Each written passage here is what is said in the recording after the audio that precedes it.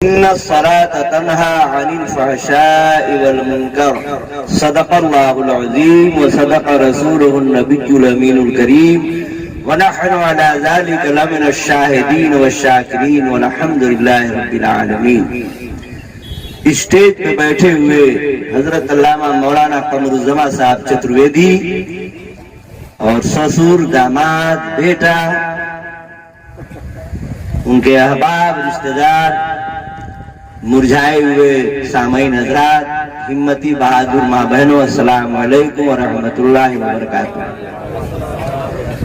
اب تقریر کا سمے نہیں رہ گیا ہے، تکرار کرنے کا من کر رہا ہے. بہرحال یہ ہماری اور آپ کی خوش نصیبی ہے کہ ہم اور آپ ایسی مبارک محفل میں حاضری کی سعادت حاصل کر رہے ہیں. اللہ تعالی ہم سب کی حاضری کو قبول مقبول فرمائے.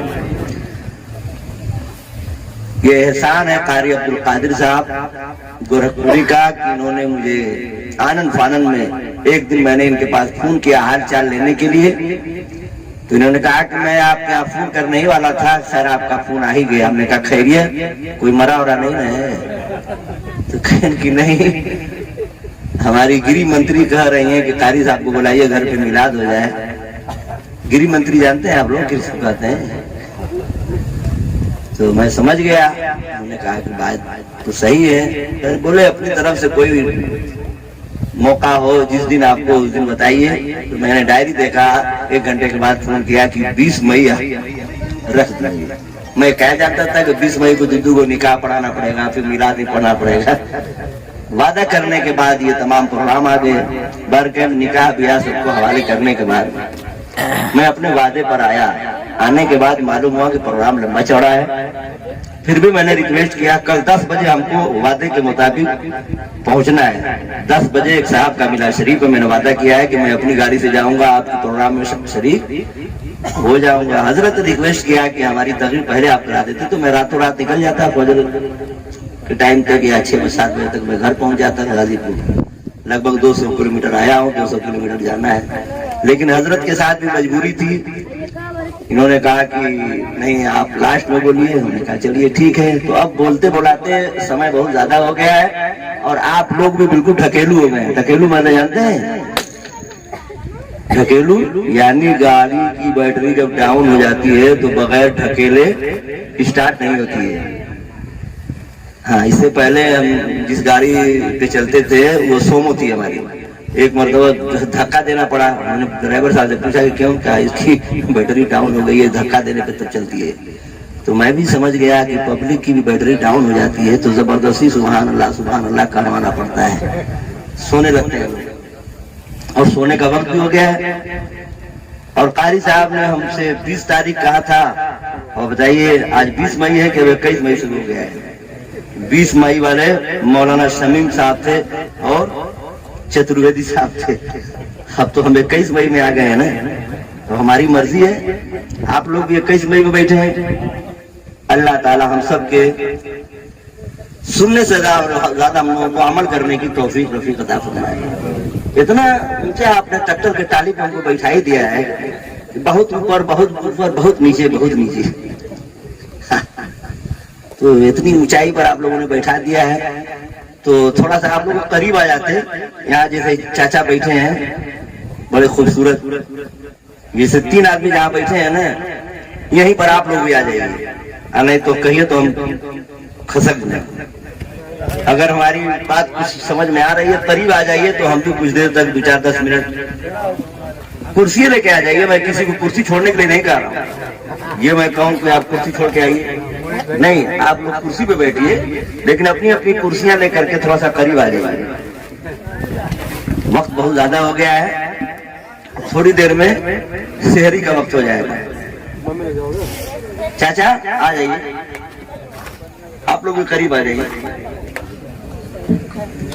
صحیح کہا قاری عبدالقادر صاحب نے کہ مردوں سے زیادہ ہمتی ہماری ماں بہنیں ہیں. دیکھیے صبح تک جگتی ہیں کسی کام میں بھی، شادی ہو بیاہ ہو، چاہے وہ رجگا ہو چاہے وہ جلسہ ہو، لیکن صبح ان کو جگانا نہیں پڑتا ہے. صبح ان کو جگانا، مرد ہیں تو صبح 8 بجے تک سوئے رہیں گے لیکن کسی کی بہو، کسی کی بیٹی، کسی کی ماں بہن کیا 8 بجے تک سوتی ہیں؟ کبھی دیکھا آپ نے؟ یہ قابل تعریف ہوتی ہیں، رات بھر جگیں گی لیکن سمے سے ان کو ناشتہ جو بنانا ہے، جو روزانہ کام کرنا ہے، جو روزانہ وقت پہ کام کرنا ہے، وہ وقت میں کمی نہیں ہوتی۔ ہم لوگ ہیں کہ اگر 4 بجے بھور تک جگ جائیں تو گھر والی سے کہتے ہیں گھر جگیا سے مت رہے، ہم وہ بیچاری جگاتی نہیں ہے۔ لیکن ماں بہنیں ہیں، دیکھیے دن دیر تک جگی ہوئی ہیں، اللہ تعالیٰ ان کو کنیز فاطمہ بنائے۔ اور ہمارے چترویدی صاحب نے ماں بہنوں کے لیے بھی کہا اللہ تعالیٰ ان کو سمجھ عطا فرمائے، اور ان سے زیادہ ہم لوگوں کو سمجھ عطا فرمائے، اس لیے کہ مرد حاکم ہوتا ہے۔ قرآن نے مردوں کو حاکم بنایا ہے،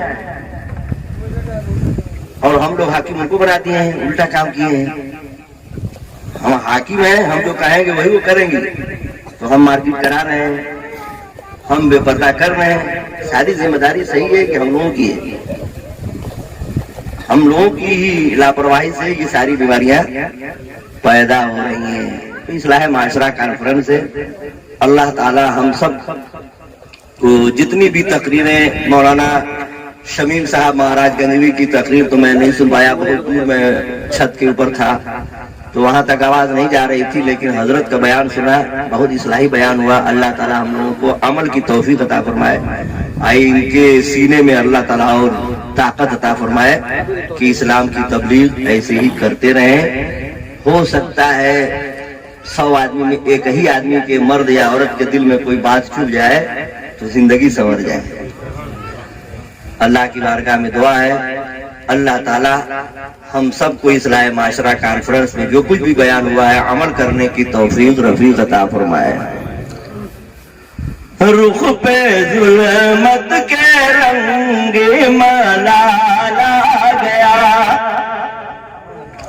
اگر جاگ رہے ہیں تو سبحان اللہ کہیے، تب تو ہم ہمت کچھ ہماری بندھے گی، نہیں تو ہم تو داماد سے لڑکا سے کل پڑھواتے 4 بجا دیتے، ہم بیٹھتے تھوڑی داماد سے پڑھواتے پھر کل لڑکن کے بلواتے اور پڑھواتے ہم 4 بجے بیٹھتے، جب لیٹ ہو رہا ہے تو لیٹے سے، لیکن بہر کے بھی یہ نہیں مانے تو بیٹھا دیا ہے انہوں نے۔ تو کچھ آپ لوگ سبحان اللہ کہیے تاکہ ہم بھی کچھ ہمت کر کے پڑھ لیں۔ رخ پہ ظلمت کے رنگی ملالا گیا، ملالا گیا، جگ میں جب آمنہ بھی کا لالا گیا۔ مولانا امین صاحب پہلوان ہے کہ نہیں پیچھے؟ ہاں چلیے تب ٹھیک ہے، ان کے لڑکے چلے گئے، باپ بیٹا سب لوگ موجود ہیں ماشاءاللہ، جتنے لوگ موجود ہیں وہ شریر سے مضبوط ہیں، سنگل باڈی کے ہم ہی لوگ دونوں بوڑھے آدمی ہیں، اور جتنے لوگ ہیں انشاءاللہ ٹکر کی ٹالی کو مضبوط رکھیں۔ رخ پہ ظلمت کے رنگی ملالا گیا، ملالا گیا، جگ میں جب آمنہ بھی کا لالا گیا، اور گود میں لے کے جس دم حلیمہ چلی، گود میں لے کے جس دم حلیمہ چلی، ان کے گھر دین و دنیا کا مال آ گیا، ان کے گھر دین و دنیا کا مال آ گیا، اور رات بھر غم میں روتے رہے مصطفیٰ، رات بھر غم میں روتے رہے مصطفیٰ، جب کبھی امتی کا خیال آ گیا، جب کبھی امتی کا خیال آ گیا، اور عرش پر جب خدا نے بلایا انہیں، عرش پر جب خدا نے بلایا انہیں، امتی کا بھی خیال آ امتی کا وہاں بھی خیال آ گیا. جو ہمارے نبی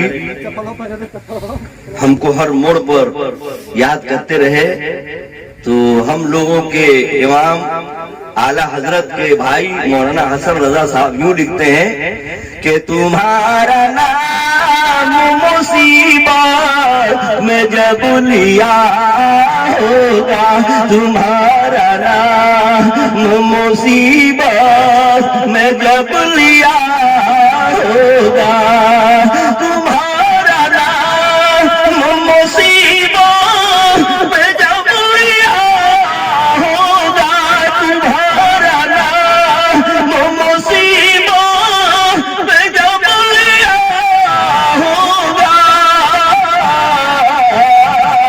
ہمارا بگڑا ہوا کام بن گیا ہوگا, ہمارا بگڑا ہوا کام بن گیا ہوگا.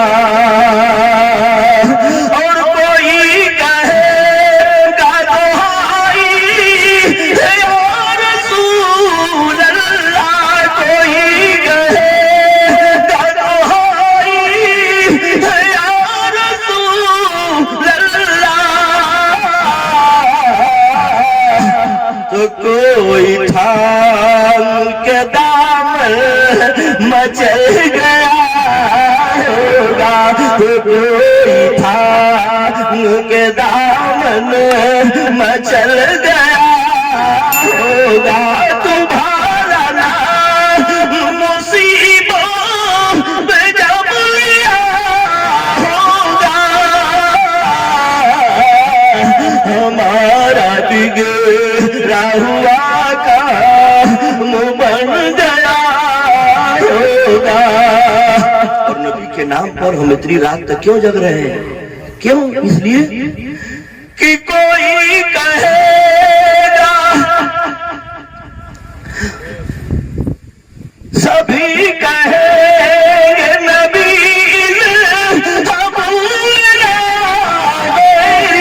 کوئی کہے گے نبی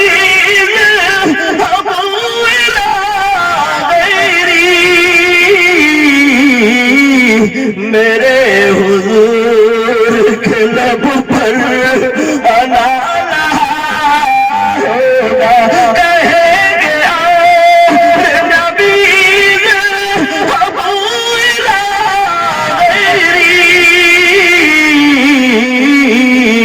میرے حضور کے لب پر آنا ہوگا, تمہارا نام مصیبت میں جب لیا ہوگا, ہمارا بگڑا ہوا کام بن گیا ہوگا. اور ماتے کے شعر میں مولانا حسن رضا صاحب کیا لکھتے ہیں؟ میں ان کے در کا بھکاری ہوں فضل مولا سے, میں ان کے در کا بھکاری ہوں فضل مولا سے, حسن فقیر کا جنت میں بستر ہوگا, حسن فقیر کا جنت میں بستر ہوگا, تمہارا نام مصیبت میں جب لیا ہوگا, ہمارا بگڑا ہوا کام بن گیا ہوگا. قاری عبد القادر صاحب سے لگاؤ 1985 سے کئی سال ہو گیا؟ 85 میں 15 جوڑ دیجئے تو کتنا ہو جائے گا؟ 138 ہو گیا. یا اللہ, 38 سال پہلے پچما کے ذریعے جب بیر بہادر سنگھ مکھمنتری تھے اس وقت جب یہ حلوائی لائن مدھیہ پردیش چلے گئے امامت کرنے تو ان کی جگہ پہ اشرفیہ سے ہم کو حفظ پڑھانے کے لیے، جبکہ ان کے دو سالے اس وقت وہاں پڑھ رہے تھے، حافظ روح الامین اور زامن۔ تو اس وقت سے یہ تھوڑا سا دلی لگاؤ ہے، اور نہ کوئی سمجھانا ہے نہ کوئی سڑوانا ہے۔ سمجھانا کر رہے ہیں، امین پہلوان کہہ رہے ہیں کہ سمجھانا کر لیجیے، بلکہ سمجھانا کرنے میں بر بدائی کو لے کر کے ایسے ہو جاتا ہے۔ 85 سے اب تک جو محبت بنی ہوئی ہے نا، اگر سمجھانا ہوا تھا تو کہیں ایسے ہو گیا۔ یہ کہتے کہ ہم کو بدائی چاہیے، ہم کہیں کہ جون میں ہم بدائی کریں گے، تو ان کا موبائل پر سوئچ آف ہے کہ نہیں؟ لیکن انہوں نے جو لاسٹ میں جو شعر پڑھا ہے ماں باپ کے تعلق سے، مجھے بہت اچھا لگا۔ یہ اصلاح معاشرہ کانفرنس ہے، اور ہمارے آپ کے سماج میں 99% یہ بیماری کب بڑھ رہی ہے؟ شادی کے بعد۔ شادی بیاہ کے بعد بیماریاں بڑھ جاتی ہیں۔ سب سے زیادہ بڑی بیماری تو میاں بیوی میں۔ حضور صلی اللہ علیہ وسلم کا جو فرمان ہے، ہم فرمان سے دور ہو رہے ہیں، جن کی وجہ سے یہ بیماریاں بڑھ رہی ہیں۔ حضرت مولا علی شیر خدا فاتح خبر فرماتے ہیں کہ میاں بیوی کی جو رسی ہے، یہ ایک رسی ہوتی ہے، اور رسی کو دونوں طرف سے آدمی کھینچے گا تو ٹوٹ جاتی ہے۔ میاں بھی کھینچے ہیں، بیوی بھی کھینچے ہیں تو رسی ٹوٹ جائے گی، لیکن میاں اگر کھینچ رہے ہیں، بیوی اگر ڈھیل دے رہی ہے تو رسی نہیں ٹوٹے گی، یا بیوی اگر کھینچ رہی ہے، میاں اگر دھیرے سے ڈھیل کر دیے تو رسی نہیں ٹوٹے گی، لیکن جب دونوں ٹائٹ ہو جائیں گے تو رسی ٹوٹ جائے گی۔ ایسا ہو رہا ہے کہ نہیں ہو رہا ہے؟ کسی کو کیس کچہری میں طلاق کے ذریعے ہو رہا ہے نا۔ کاش ہم اس چیز کا دھیان دیتے تو یہ بیماریاں جنم نہیں لیتی۔ شوہر کو مقام سمجھتی کہ شوہر کا مقام کیا ہے، تو شوہر کو تو یہ بیوقوف سمجھ رہی ہے، حاکم نہیں سمجھتی ہیں، یہ بیوقوف سمجھتی ہیں۔ لیکن یاد رکھو میری ماں بہنوں، اگر آپ کا شوہر آپ سے ناراض ہو گیا، میرے نبی فرماتے ہیں جو شوہر اپنی بیوی سے ناراض ہو کر کے منہ موڑ کر کے سو گیا، پوری رات اس عورت کے اوپر فرشتے لعنت بھیجتے رہتے ہیں۔ مثال کے طور پر شوہر نے منع کر دیا کہ بھورا بھاری مت جائیے گا جب تک میں پشما سے آ نہ جاؤں، مثال کے طور پر ادھارن دے رہا ہوں، انہی کی بات نہیں ہے۔ مولانا قمر الزمان چترویدی صاحب نے اپنی اہلیہ سے کہہ دیا کہ جب تک میں نور الدین شخص سے تقریر کر کے نہ آ جاؤں، اپنے بھیا کے ہاں مت جائیے گا، میرا انتظار کر لیجیے گا، وہ کہیں گے کہ کئے بجے تک آئیے گا، تو مولانا قمر الزمان چترویدی صاحب کہیں گے کہ 4 بجے بھور تک آ جاؤں گا، پہنچے 8 بجے اور 7 بجے گھر سے نکل گئے، ان کی جھرجھرے بھرسائی میں پڑے، ان کی میرے بھیا کا بیاہ ہے، بھتیجے کا بیاہ ہے، مجھے یوں نہ ہے، ان کا تو روز روز تقریریں لگی ہے، ان کا روز روز تقریریں لگی ہے، روز روز بیاہ تھوڑے بھتیجا کے۔ پتہ چلا کہ مولانا نقاب لگائیں جھاڑ کے چل دین، مولانا کے حکم کا پالن نہیں کیا تو پتہ چلا میرے نبی فرماتے ہیں جو بیوی شوہر کے حکم کا پالن نہیں کیا اور نافرمانی کر کے گھر سے قدم نکال دیتی ہیں تو فرشتے اس وقت تک اس کے اوپر لعنت بھیجتے رہتے ہیں جب تک گھر کے اندر واپس نہیں آتی ہے۔ یا اللہ، جب ہم لوگ اشرفیہ میں قرأت پڑھ رہے تھے تو اس میں حروف کی جدت، قاری عبد القادر صاحب، جب جدت کی بات آئی تو قاری عظم الدین صاحب پردہ فرما گئے، وہ ہم لوگوں کے استاد تھے، وہ بتانے لگے کہ ایک تو عورت بڑی ضدی تھی، ہمیشہ کام جو ہے الٹا کرتی تھی، شوہر کہیں کہ آج کھچڑی بنائیے گا تو بریانی بناتی تھی، شوہر کہیں کہ آج دال روٹی بنائیے گا تو دن کھچڑی بنا دے، یعنی جون کام کہیں اس کا الٹا کرے۔ ایک دن دوست آ گئے، شوہر نے کہا کہ دیکھ بھائی مولانا قمر الزمان چترویدی آئے ہیں مہاراج گنج کے بینی پارک،